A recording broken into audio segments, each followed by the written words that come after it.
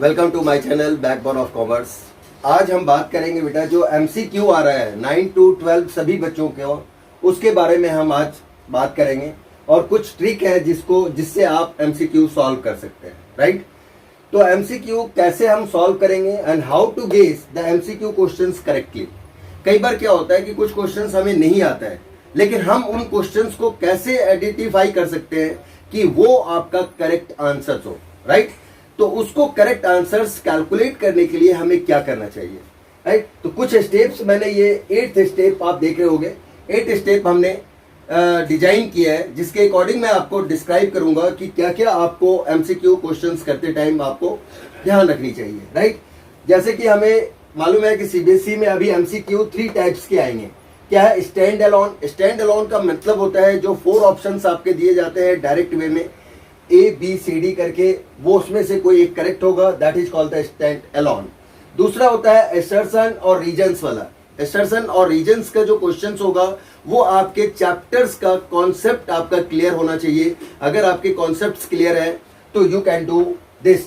इसका कैसा क्वेश्चंस होगा? इसमें आपके क्वेश्चंस होंगे जैसे असर्शन का और रीजन्स वाले में दिया होगा, और ए आपका है और बी है आपका, उसका रीजन दे रखा है। आपसे बोला जा रहा है ऑप्शंस में कि ए करेक्ट है, बी करेक्ट है, या ए और बी दोनों ही करेक्ट है, या उनमें से कोई भी करेक्ट नहीं है। इस तरह के कुछ भी आपका क्वेश्चंस हो सकते हैं, राइट। केस स्टडीज क्वेश्चंस एक पूरा पैराग्राफ होगा, उस पैराग्राफ के बाद उससे रिलेटेड क्वेश्चंस होंगे, वो आपका केस स्टडीज क्वेश्चंस कहलाएगा, राइट। तो ये 3 टाइप्स के क्वेश्चंस एमसीक्यू में इस बार आपके बोर्ड एग्जाम में पूछे जाएंगे, राइट। 40 मार्क्स का है, और हमारा आप अगर इस टेक्निक का यूज कर लेते हो तो यू गेट 40 आउट ऑफ 40। तो कैसे वो करेंगे हम? Look, how to guess MCQ questions correctly. सबसे पहले नेवर फॉलो द सीक्वेंस। कुछ बच्चों का क्या है कि वो ना स्टार्टिंग से या बैक से क्वेश्चंस करना शुरू करते हैं और सोचते हैं क्या कि ठीक है फर्स्ट सेकेंड थर्ड 4 5 6 ऐसे क्वेश्चंस होते जाए, या फिर 40 है तो 40 39 रिवर्स यानी असेंडिंग या डिसेंडिंग ऑर्डर में करना शुरू करते हैं। बेटा ये फॉलो मत करो एमसीक्यू क्वेश्चंस में। सबसे फर्स्ट आपको क्या करना है, ये जो मैंने सेकंड स्टेप्स बताए हैं बहुत ही इंपॉर्टेंट है। इस 90 मिनट का यूज आप कैसे करेंगे, how to use 90 minutes, right. 10 minutes आपको सिंपल क्वेश्चंस होगा, आप रीड करिए, और जैसे ही आप रीड करते हो यू नो दैट कि ये आपको क्वेश्चंस आता है, you can solve it, right. तो इसको आपको सॉल्व करना है। उसके बाद आपका सेकंड आपका आता है कि मॉडरेट क्वेश्चंस या कैलकुलेशन वाला क्वेश्चंस। जो कैलकुलेशंस वाला क्वेश्चंस है उसको आपको देना है, कितने मिनट्स देने हैं? 50 मिनट्स देने हैं उस क्वेश्चंस को, ठीक है। जो मॉडरेट क्वेश्चंस का मतलब जिसमें आपको थोड़ा सा आईक्यू यूज करना पड़ा, आपको आता है बट उसमें क्या है, टाइम लगेगा, ठीक है, कैलकुलेशंस करने होंगे।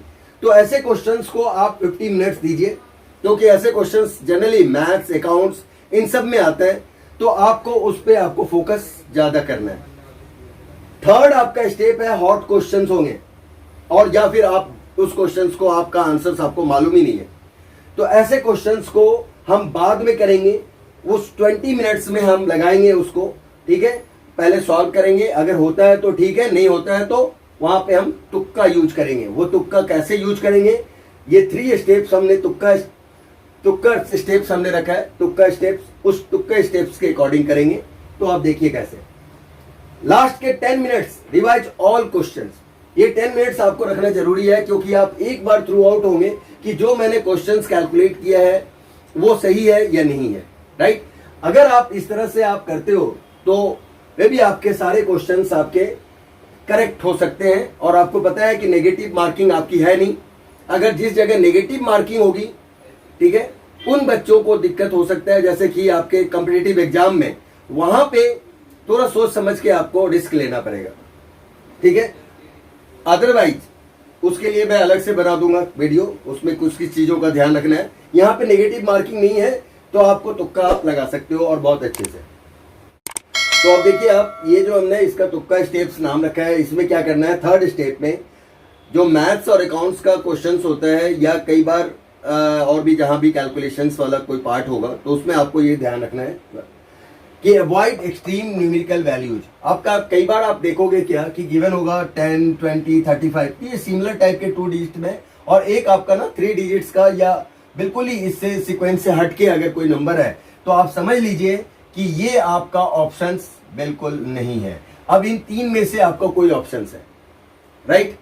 अगर आपका अगर 10th वगैरह के मैथ्स की बात करें तो कोई वैल्यू आ जाती है एक्स वगैरह निकालने के लिए, या कोई भी आपकी वैल्यू एक्स और वाई की कैलकुलेट करने के लिए आता है, तो आप उसमें इस वैल्यू को पुट करके आप देख सकते हैं कि कौन सा आंसर करेक्ट है। तो आप इस तरह से भी उसको कैलकुलेट करके आप देख सकते हैं, राइट। नेक्स्ट पॉइंट है 4th आपका 90% चांस होता है कि आपका जो क्वेश्चंस में अगर गिवन है ऑल ऑफ दीज या ऑल ऑफ एबव या नन ऑफ दीज, तो इन यही आपका आंसर होगा।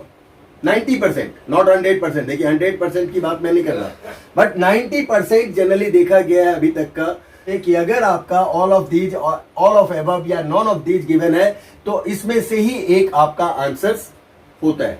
तो अगर आपको मालूम नहीं है तो आप फिर तुक्का में आप इन तीनों में से कोई एक लगा सकते हैं।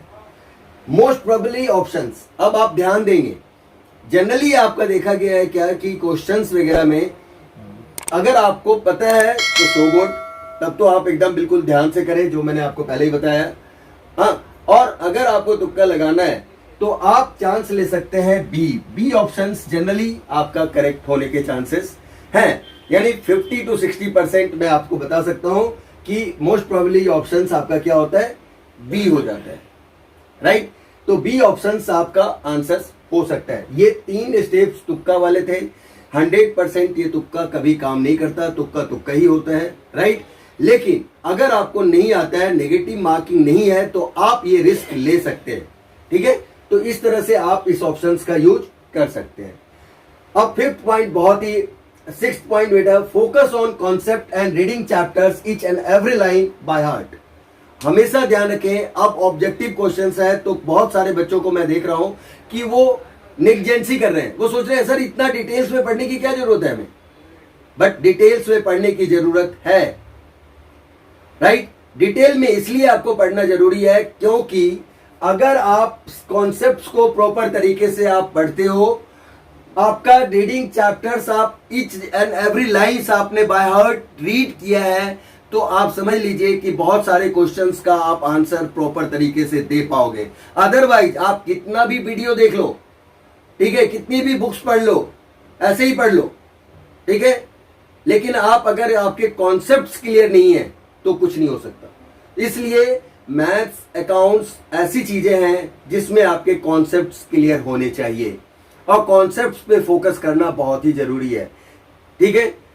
तो इस तरह से आपको ध्यान रखना है कि अपने कॉन्सेप्ट्स आपके प्रॉपर हर चैप्टर्स का एक एक पॉइंट बहुत ही अच्छी तरह से किया हुआ हो। प्रिपरेशन टाइमली आपका प्रिपेयर्ड होना चाहिए। अब मान लो कि नवंबर में आपके पेपर होने वाले हैं, बोर्ड का 40 मार्क्स का पेपर होने वाला है बोर्ड का, राइट, ऑब्जेक्टिव क्वेश्चंस का। तो बेटा आपको करना कब तक चाहिए कंप्लीट, तो आपका सितंबर के लास्ट तक आपका कोर्स हमें फिनिश हो जाना चाहिए, ताकि आप अक्टूबर माने मैक्सिमम से मैक्सिमम सितंबर तक, अगर आपका पहले हो गया है तो सो गुड, नहीं तो सितंबर तक तो हो ही जाना चाहिए, ताकि आप 1 मंथ प्रॉपर आप फोकस कर पाओ। अपने जितने भी एमसीक्यू पेपर्स हैं आप उठाइए, बहुत सारे राइटर्स ने, बहुत सारे ऑथर्स ने बुक्स निकाले हैं, ठीक है ना, एमसीक्यू बेस्ड का, तो आप वो लीजिए, आप प्रैक्टिस करिए। जितना ज्यादा आप प्रैक्टिस करेंगे उतना ज्यादा परफेक्शन आएगा। कहा भी जाता है practice makes a man perfect, right. तो टाइमली आपको एक तो प्रिपरेशन आपको करनी है कि आपको सितंबर तक अपना डेडलाइन एक बनाना है कि हमें अपना कोर्स किसी भी हाल में कंप्लीट करना है। स्मार्ट स्टडी क्या कहते हैं कि अब आपको, जैसे अगर मैं अकाउंट्स की बात करूं तो अकाउंट्स में लाइन वगैरह ड्रॉ करने की बेटा अब जरूरत अभी नहीं है, सेकेंड टर्म के लिए है बट अभी नहीं है। अब हमारे पास टाइम कम है, तो अब हम क्या करेंगे, रफली लाइन ड्रॉ करेंगे, नॉट पेंसिल नॉट स्केल का यूज नहीं करना है, डायरेक्ट ही हाथ से करिए और शॉर्ट फॉर्म यूज करिए जो आपको पढ़ना है, ना कि किसी और को। तो प्रैक्टिस कॉपी बनाइए। प्रैक्टिस कॉपी में मैं हमेशा बच्चों को 2 रजिस्टर बनवाता हूं, एक होता है कॉन्सेप्ट रजिस्टर, दूसरा होता है प्रैक्टिस रजिस्टर। कॉन्सेप्ट रजिस्टर में चैप्टर्स का कॉन्सेप्ट होता है, थ्योरी होता है, जो प्रॉपर तरीके से नोट्स वगैरह लिखाई जाती है, और जो भी आपका होमवर्क होता है या प्रैक्टिस करने का क्वेश्चंस होता है वो आप प्रैक्टिस कॉपी में करते हैं, तो वहां आप शॉर्ट फॉर्म यूज कीजिए, डोंट वरी, ठीक है। लेकिन आपको कैलकुलेशन प्रॉपर तरीके से करना है। और सबसे इंपॉर्टेंट बात कि कैलकुलेटर या फोन का हो या कोई भी कैलकुलेटर हो यूज नहीं करना है। अगर आपने कैलकुलेटर यूज किया तो समझ जाओ आप कि प्रॉपर तरीके से आप आंसर नहीं कैलकुलेट कर पाओगे पेपर के टाइम पे, आपका बहुत ज्यादा हेजिटेशन होगा और आप रॉन्ग पे रॉन्ग करते चले जाओगे। तो अभी से अगर आप करते हो तो प्लीज अवॉइड नहीं, बिल्कुल ही आप छोड़ दें, ठीक है। 2 बार में कैलकुलेशन अच्छे से होगा, आंसर आएगा, नो प्रॉब्लम नहीं है। तो आप अपने मेंटर से पूछिए, टीचर से पूछिए, ठीक है, बट कैलकुलेटर यूज नहीं करना है, राइट। नेक्स्ट आपका स्मार्ट स्टडी का मतलब कि अब आपको स्मार्टली करना है। जैसे आपको मैं बता देता हूँ, अकाउंट्स में इलिस्ट्रेशंस होते हैं, एग्जांपल्स भी आप मैथ्स वगैरह इस सब में आप देखेंगे। तो उसमें आपको करना क्या है कि आपने रीड किया, उसमें अगर आपको कोई इंपॉर्टेंट पॉइंट लगता है उसको आपने हाईलाइट किया, या तो पेंसिल से करें, हाईलाइटर है तो सो गुड, हाईलाइटर से करें, और उसको आप देखें कि इसकी एंट्री कैसे हो रही है। आपको पूरा क्वेश्चन सॉल्व करने की जरूरत नहीं है, बस जितने भी इलिस्ट्रेशंस हैं, या आपके टीएस ग्रेवाल की बुक आप लेते हो तो उनके ये बैक साइड पे उनका जो है सो एक और भी होता है कि लास्ट ईयर का, प्रीवियस ईयर के कुछ क्वेश्चंस वगैरह होते हैं, तो आप उसको भी आप प्रेफर कर सकते हो, ठीक है। तो इस तरह से आप देखोगे कि क्वेश्चंस जो आपके इलिस्ट्रेशंस हैं, जो सॉल्व क्वेश्चंस हैं, उसको पर फोकस करिएगा। और फोकस क्या करना है, आपको रीड करना है। अगर उसमें कोई न्यू पॉइंट लगता है तो उसको आप पेंसिल या मार्कर से, हाईलाइटर जो होता है उससे आप मार्क करिए, और उसके एंट्री को देखिए कि कहाँ पे क्या जा रहा है। अगर आपको नहीं समझ में आता तो अपने टीचर से आप कंसल्ट करें, या मेरे वीडियो को भी आप कंसल्ट कर सकते हैं, ठीक है। तो इस तरह से आप देखेंगे तो आप, या आपका स्मार्ट स्टडी इस तरह से किया जाता है, ना कि आप एक एक क्वेश्चंस को कर रहे हैं इतने सारे। अरे 100-200 क्वेश्चन है, इसको करने की जरूरत हो रही है, इसको तो देखने की जरूरत है। आप देखिए कोई भी आपको न्यू क्वेश्चंस लग रहा है, देन इलिस्ट्रेशंस की बात कर रहा हूं मैं, अनसॉल्व्ड क्वेश्चंस तो आप करके देखना है, ठीक है। बट अब रफली करना है, अभी अब टाइम नहीं है, अब रफली आप करिए, ठीक है, और उसको कैलकुलेट करके देखिए कि आपका आंसर आ रहा है या नहीं। नेक्स्ट आपका है कि स्मार्ट प्रैक्टिस प्रैक्टिस प्रैक्टिस, हाँ, एज मच यू कैन, जितना आप ज्यादा से ज्यादा प्रैक्टिस कर सकते हैं, ठीक है। ऑब्जेक्टिव क्वेश्चन का, एमसीक्यू का, केस स्टडीज का, सर्टेन रीजन्स का, ठीक है। बुक परचेज करिए आप और करिए उसकी प्रैक्टिस, और मेरे साथ भी आप जुड़े रहिए। मैं भी अब आपको एमसीक्यू क्वेश्चंस आप रेगुलर वे पे आपको करवाऊंगा अपने चैनल पे, तो आप उसको भी आप देख सकते हैं। तो बेटा जो भी आपको मैं बता रहा हूं, अगर आपने ये फॉलो किया, ये सारे स्टेप्स किए, तो आप समझ जाइए कि आपको कोई भी 40 आउट ऑफ 40 लाने से रोक नहीं सकता है। लेकिन मैं कहूंगा ये तुक्का वाला पार्ट जो है वो उन बच्चों के लिए बताया जो बच्चों को, अगर कभी आपने क्वेश्चंस कर रहे हो और आप अटक जाते हो, या आपने उसको नहीं पढ़ा है, ऐसा आपको महसूस हो रहा है, तभी ये 3rd, 4th और 5th स्टेप का आप यूज करें। अदरवाइज आप प्रॉपर तरीके से जब आपको आता है तो आप उसको जरूर करें, ठीक है। ये जो मैंने आपको टाइमिंग बताया बेटा, टाइमिंग का आप अगर रख के घर पे आप प्रैक्टिस करते हो तो आप समझ लो 90 मिनट्स का आप सही यूज कर पाओगे। और सबसे इंपॉर्टेंट बात आपको ध्यान रखनी है कि अगर आपका जो OMR सीट मिलेगा, OMR सीट में आप साथ के साथ आप फिलअप करते जाए। जैसे क्वेश्चंस आपने सिंपल क्वेश्चंस किया, उसको साथ साथ ही आप उसको क्या करते हो, सर्कल करते चले जाते हो। कुछ बच्चे क्या करते हैं, सबका मार्क कर लेंगे और बाद में करेंगे, और टाइम जैसे जैसे आप क्वेश्चंस मार्क करते जाते हो, OMR सीट पे अपना सर्कल करते चले जाओ, ताकि आपका टाइम खराब ना हो और आपको कंप्लीट हो जाए। अदरवाइज आप अपने क्वेश्चंस को छोड़ के आ जाओगे, क्योंकि आपका टाइम ओवर हो चुका होगा और टीचर आपसे OMR सीट कलेक्ट कर चुकी हो, उसका ध्यान रखेंगे। तो चलिए आज के लिए इतना ही, ठीक है। फिर मिलते हैं हम नेक्स्ट वीडियो में। अगर आपको अच्छा लगा तो इसे लाइक करिए, शेयर करें अपने फ्रेंड्स को, और कमेंट करें, कमेंट अच्छे कमेंट करें, और सब्सक्राइब चैनल को जरूर करें बेटा, क्योंकि अभी अब जो वीडियो आने वाला है आपका, वो मोस्ट इंपॉर्टेंट आपके लिए है, एग्जाम के पॉइंट ऑफ व्यू से भी और आपके कॉन्सेप्ट्स के पॉइंट ऑफ व्यू से भी। तो इसे आप इस चैनल पे बने रहें, ठीक है। Okay, bye, take care.